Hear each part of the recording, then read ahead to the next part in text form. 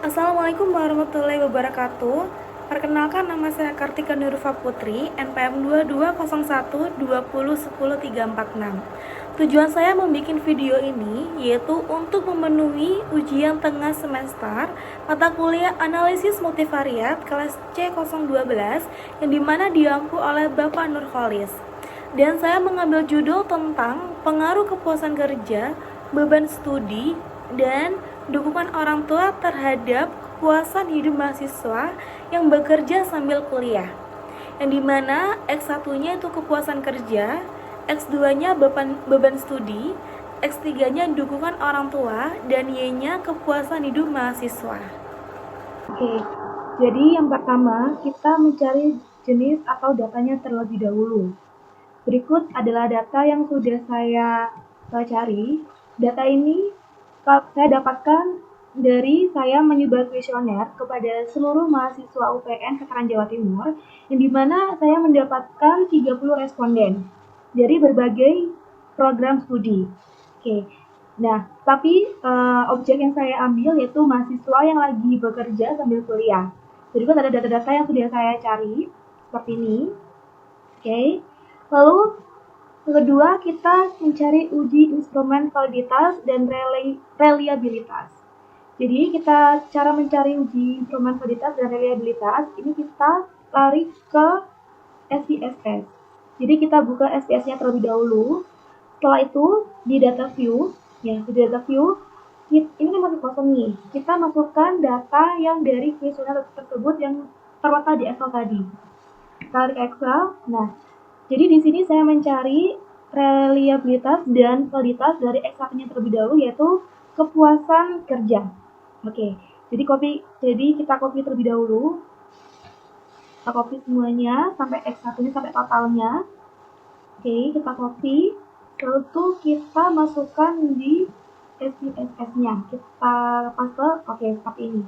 Kalau sudah masuk semua, kita lari ke variable view. Untuk name-nya, ini jangan lupa untuk diubah sesuai dari S1 yang tadi. S1.1, yang kedua, S1.2, S1.3, S1.4, S1.5, S1.5, oh itu, ini X1, S1.5. Oke, setelah kita ubah, kita lari ke data view kembali. Oke, setelah berubah namanya, kita klik analyze, lalu kita ke korelasi, lalu kita ke beverage. Nah, setelah itu kita masukkan semua yang ada di sini.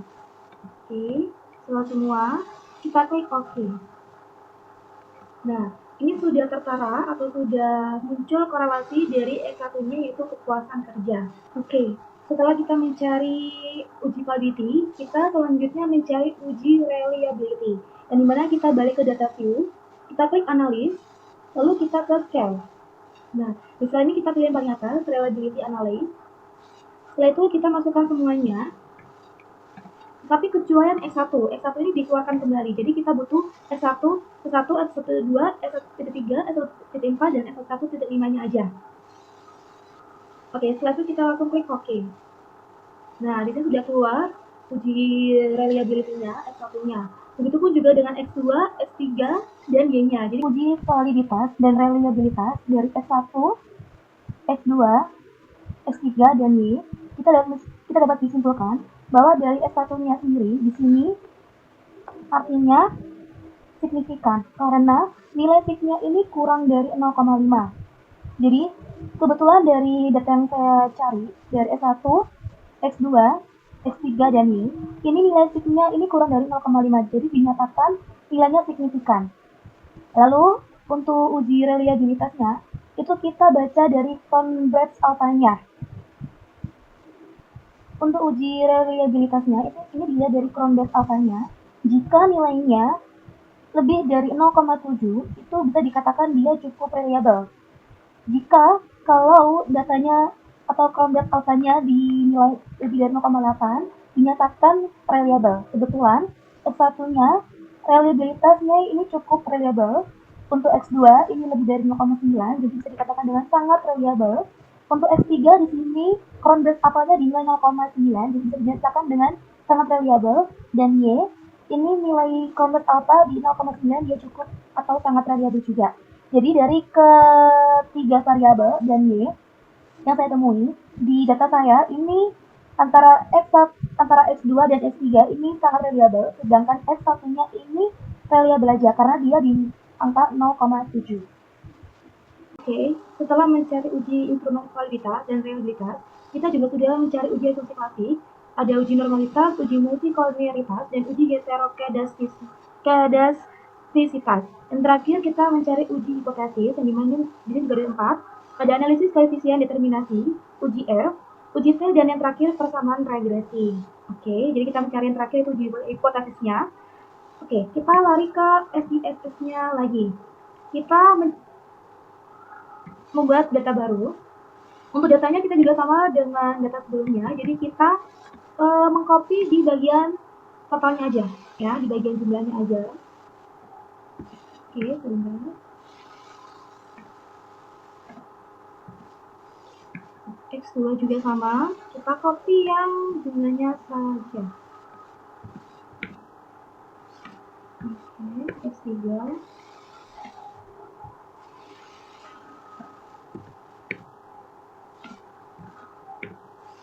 Dan Y juga begitu sama, kita copy di jumlahnya aja. Oke, kalau sudah jangan lupa untuk nama dan labelnya juga diubah.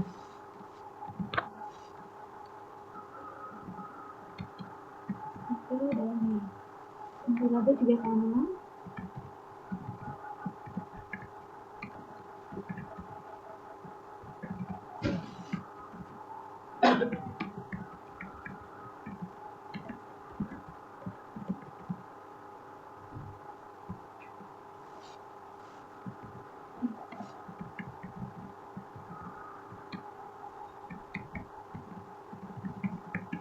Oke, kalau sudah diubah semua name dan labelnya, kita lari ke data view, klik analyze, lalu ke regresi, ke linear. Oke, setelah itu kita masukkan sama dengan yang sebelumnya. Untuk Y kita masukkan di dependent, untuk S1, S2, dan S3 kita masukkan di independence-nya. Oke. Setelah itu kita lari ke statistik. Untuk statistik jangan lupa untuk centangnya ini diubah di kolinearitas. Oke, continue. Oke, setelah itu langsung klik OK. Nah, ini sudah keluar semuanya dari uji hipotesis regresinya. Jadi dari awal kita sudah mencari uji reliability. Nah, untuk uji reliability kita sudah mencari dari awal S1 sama ini S1, X2, X3, X, dan Y. Oke, untuk uji reliability bisa dikatakan valid kalau lebih dari 0,60. Nah, kebetulan dari uji reliability yang saya dapat dari S1, S2, dan S3, dan Y, itu semua lebih dari 90, jadi bisa dikatakan dengan valid.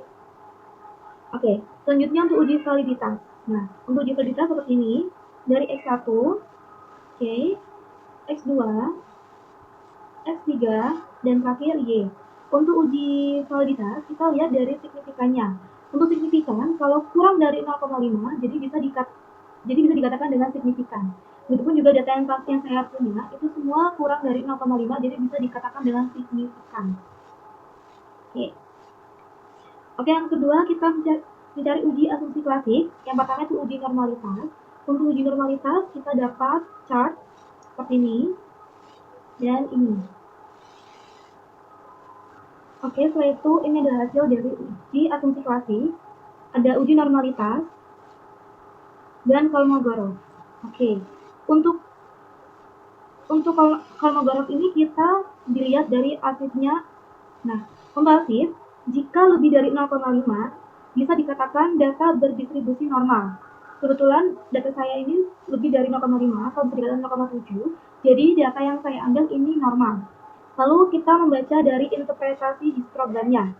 Nah ini, untuk histogram ini kita lihat dari gambarnya. Jika grafik histogram ini menunjukkan bentuk seperti kurva lonceng, jadi bisa dikatakan datanya ini mendekati distribusi normal. Kenapa kok mendekati distribusi normal? Karena dia belum sampai membentuk, tapi dia hampir membentuk. Oke, lalu kita membaca normal PP plot. Untuk membaca ini, kita lihat dari garisnya, dari garis bujurnya. Jika titik-titik menyebar di sekitar garis diagonalnya atau tidak menyimpang jauh, berarti data distribusi normal. Dan kebetulan data untuk titik-titiknya ini juga tidak jauh dari garis diagonalnya, jadi bisa dikatakan data berdistribusi normal. Selanjutnya ada uji multikolinearitas. Untuk uji multikolinearitas kita lihat dari koefisiennya, dari kolinearitas, toleransi, dan statistik PIF. Oke. Jadi di sini dikatakan bahwa semua nilai toleransi kalau lebih dari 0,10, dan kebetulan data yang saya ambil ini lebih dari 0,10, jadi bisa dikatakan tidak ada masalah multikolinearitas antar variabel independen, S1 kepuasan kerja, S2 beban studi, dan S3 dukungan orang tua. Yang kedua, kita lihat dari PIF-nya, statistik PIF-nya ini. Untuk variasi inflation faktor, kita sudah menemukan S1 1,050, S2 1,257, dan S3 1,222. Ya, semua nilai PIF jika kurang dari 10, sehingga dipastikan tidak ada gejala multikolinearitas. Dan kebetulan ini kurang dari 10, bahkan kurang dari 2. Jadi bisa dikatakan tidak ada gejala multikolinearitas. Oke, yang selanjutnya di sini ada uji hetero, ya, uji heterokedastisitas. Nah, ini adalah hasilnya, yang dimana kita dikatakan model regresi cukup baik dalam memprediksi data karena titik-titiknya ini menyebar di mana-mana atau tidak berkumpul. Selanjutnya di sini ada uji coef determinasi. Kita lihat dari model summary-nya. Ada juga uji F. Untuk uji F kita lihat dari koefisiennya. Ini untuk uji F.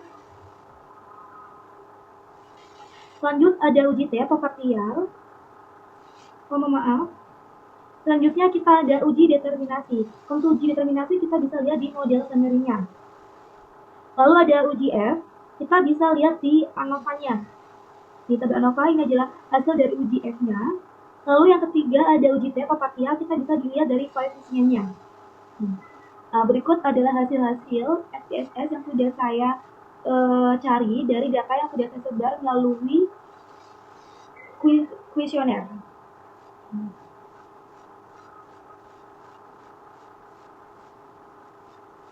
Sekian tutorial video cara menggunakan SPSS melalui data yang kita cari. Terima kasih, mohon maaf jika ada kekurangan. Assalamualaikum warahmatullahi wabarakatuh.